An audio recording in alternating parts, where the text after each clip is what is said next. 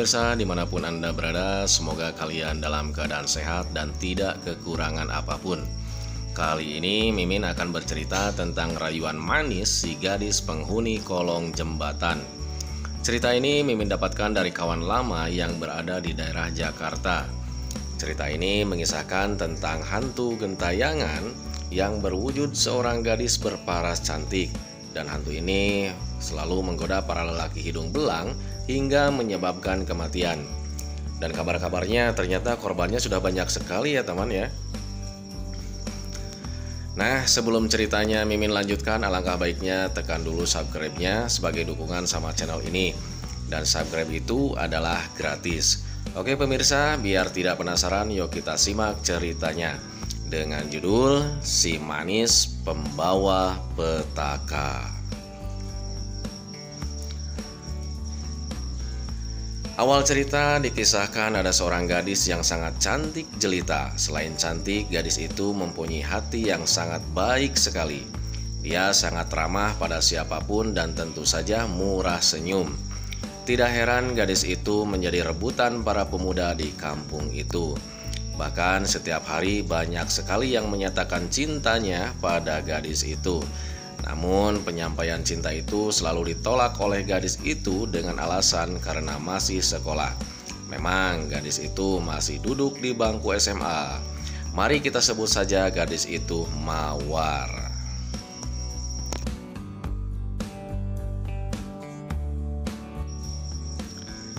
Setiap pagi Mawar selalu bangun lebih awal. Dia selalu melakukan aktivitas pada umumnya. Dari mulai sholat subuh hingga membantu pekerjaan ibunya, membereskan rumah, mencuci piring, dan sebagainya ia lakukan. Mawar merupakan anak soleh tanpa ada celak sedikit pun. Kedua orang tuanya sangatlah bangga mempunyai anak seperti Mawar. Setelah membantu pekerjaan ibunya, Mawar pun lalu berangkat ke sekolah. Itulah aktivitas Mawar dalam menjalani hari-harinya, membantu orang tua dan pergi sekolah.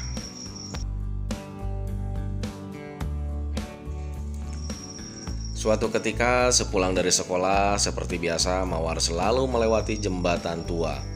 Walau sepi, Mawar selalu melalui jembatan tersebut karena jalan itu merupakan jalan satu-satunya yang lebih dekat menuju ke rumahnya.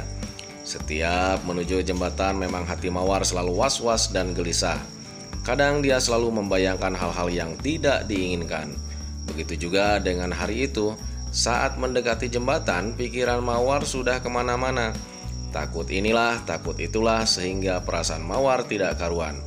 Namun karena tidak ingin terlambat pulang, akhirnya Mawar paksakan melalui jalan itu. Saat Mawar sedang berada tepat di tengah jembatan, nampaklah dua sosok pemuda sedang asik nongkrong di ujung jembatan. Terlihat ada botol minuman di pinggirnya. Jelas saja Mawar merasa takut melalui kedua pemuda itu. Namun lagi-lagi karena Mawar takut terlambat pulang, akhirnya Mawar paksakan juga menerobos kedua pemuda tersebut tanpa melupakan bilang permisi pada kedua pemuda itu. Namun kedua pemuda itu tidak menjawab. Malah salah satu pemuda itu menarik tangan Mawar. Sontak saja Mawar pun kaget dan takut sekali. Dengan memelas, Mawar memohon ke pemuda itu agar melepaskan genggaman tangannya. Namun pemuda itu tak menghiraukan permohonan Mawar. Pemuda itu malah merangkul pundak Mawar dan berkata, "Sudikah Mawar menjadi pacarnya?" Tentu saja Mawar menolak sambil ketakutan. Merasa keinginannya itu ditolak, pemuda itu marah dan mendorong Mawar hingga Mawar pun tersungkur. Saat Mawar terjatuh, pemuda satunya lagi datang menghampiri Mawar. Mawar kira pemuda itu hendak menolongnya, tetapi pemuda itu malah menyeret Mawar ke bawah jembatan. Rambut Mawar yang panjang terurai dijambak oleh pemuda itu.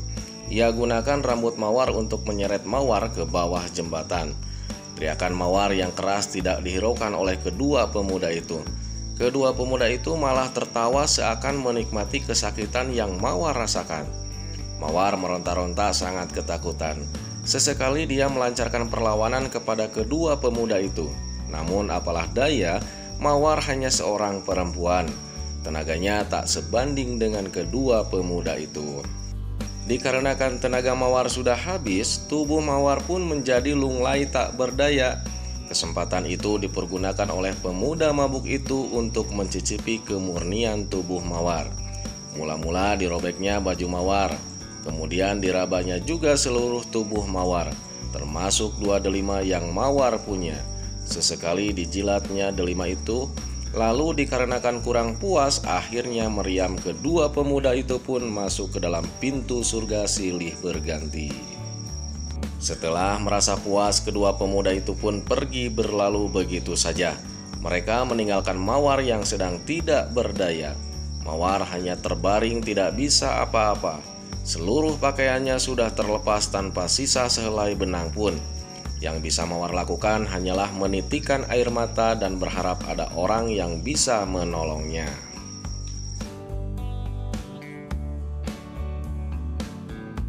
Di lain tempat diceritakan kedua orang tua mawar sedang menunggu kedatangan mawar. Mereka merasa was-was karena tidak biasanya mawar pulang terlambat.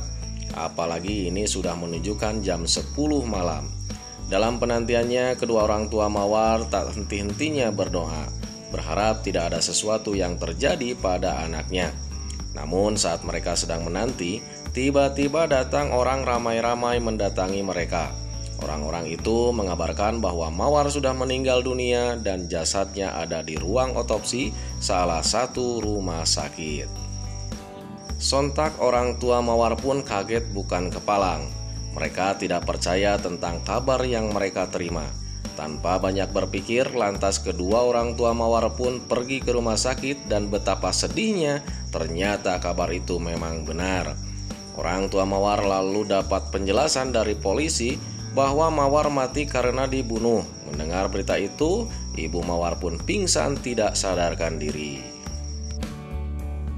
Keesokan harinya, jasad mawar disemayamkan di pemakaman terdekat. Kedua orang tua mawar tak henti-hentinya menangisi kepergian mawar. Begitu juga dengan orang-orang terdekat mawar, mereka seakan tidak percaya apa yang sudah terjadi. Mengingat mawar adalah sosok gadis yang baik hati dan tidak pernah menyakiti siapapun.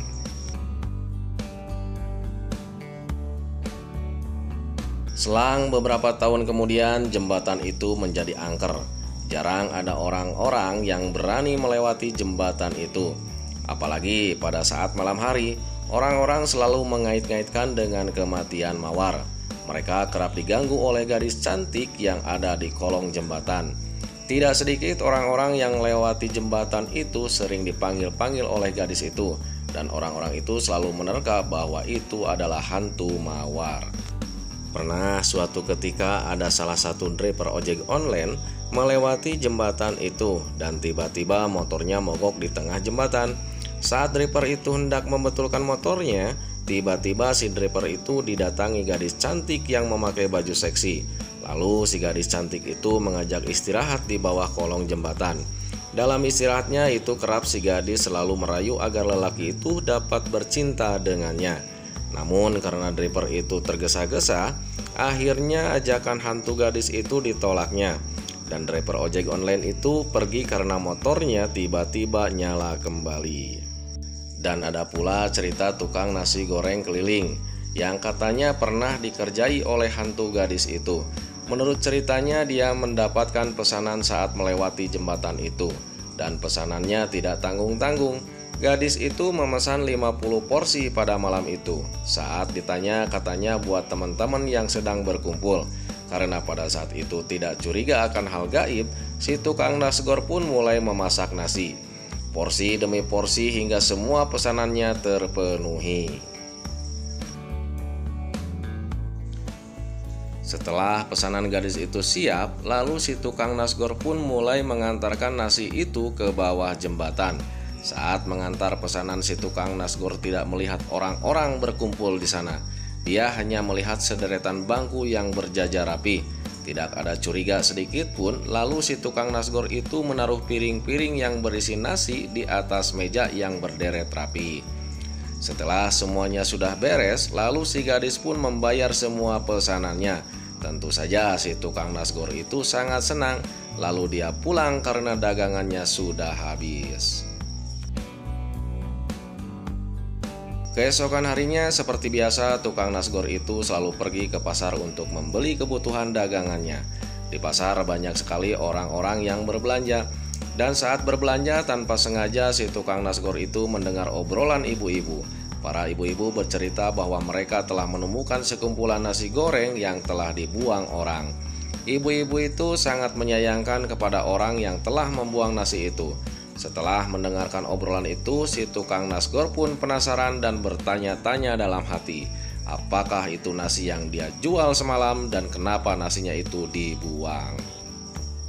Dengan rasa penasaran yang hebat, akhirnya si tukang nasgor itu memutuskan untuk mengeceknya. Tanpa banyak berpikir, lalu dia pun langsung pergi menuju ke jembatan itu. Setelah sampai di jembatan, tanpa buang-buang waktu, dia pun langsung turun ke bawah jembatan. Sontak dia kaget melihat kolong jembatan yang berantakan. Padahal tadi malam dia melihat di kolong jembatan itu tertata rapi. Ada taman-taman kecil dan tempat-tempat duduk dari batu layaknya tempat wisata. Kemudian dia juga melihat gundukan nasi goreng yang telah dibikinnya tadi semalam. Sontak dia merasa heran. Kemudian dia teringat akan pembayaran yang telah dia terima dari si gadis tadi malam. Langsung saja dia cek uangnya yang ada dalam dompetnya. Dan setelah membuka dompetnya, ternyata uang tersebut adalah daun-daun dari pepohonan yang ada di sekitar itu. Setelah melihat kejadian-kejadian itu, tanpa banyak berpikir dia langsung lari terpontang-panting menjauh dari tempat itu. Setelah banyak sekali kejadian yang dialami oleh orang-orang, banyak sekali argumen dari masyarakat. Banyak yang bercerita bahwa itu adalah hantu penunggu jembatan. Ada juga yang bilang bahwa itu akibat tumbal dari pembangunan jembatan. Dan yang lebih banyak tanggapan orang adalah bahwa itu hantu gentayangan mawar yang selama ini selalu mencari pembunuhnya. Sebab sampai saat ini pembunuh mawar belum ditemukan. Nah pemirsa, itulah sepenggal cerita tentang rayuan manis si gadis penghuni kolong jembatan. Semoga ceritanya bisa menghibur kalian. Mengenai pembenaran dalam cerita ini belum bisa dipastikan karena sampai saat ini saya hanya mendapatkan dari informasi seorang teman saja. Semoga kejadian ini tidak benar ya kawan, sebab apabila benar, kasihan sekali sama almarhum mawarnya. Oke pemirsa, hikmah yang bisa kita ambil dari cerita ini adalah jangan sesekali kita bermain di kolong jembatan sebab belum tentu di situ ada tukang nasi goreng. Ada pepatah mengatakan, sejahil-jahilnya hantu gentayangan tidak akan sejahil tetanggamu sebab tetanggamu lebih cenderung sering bertemu.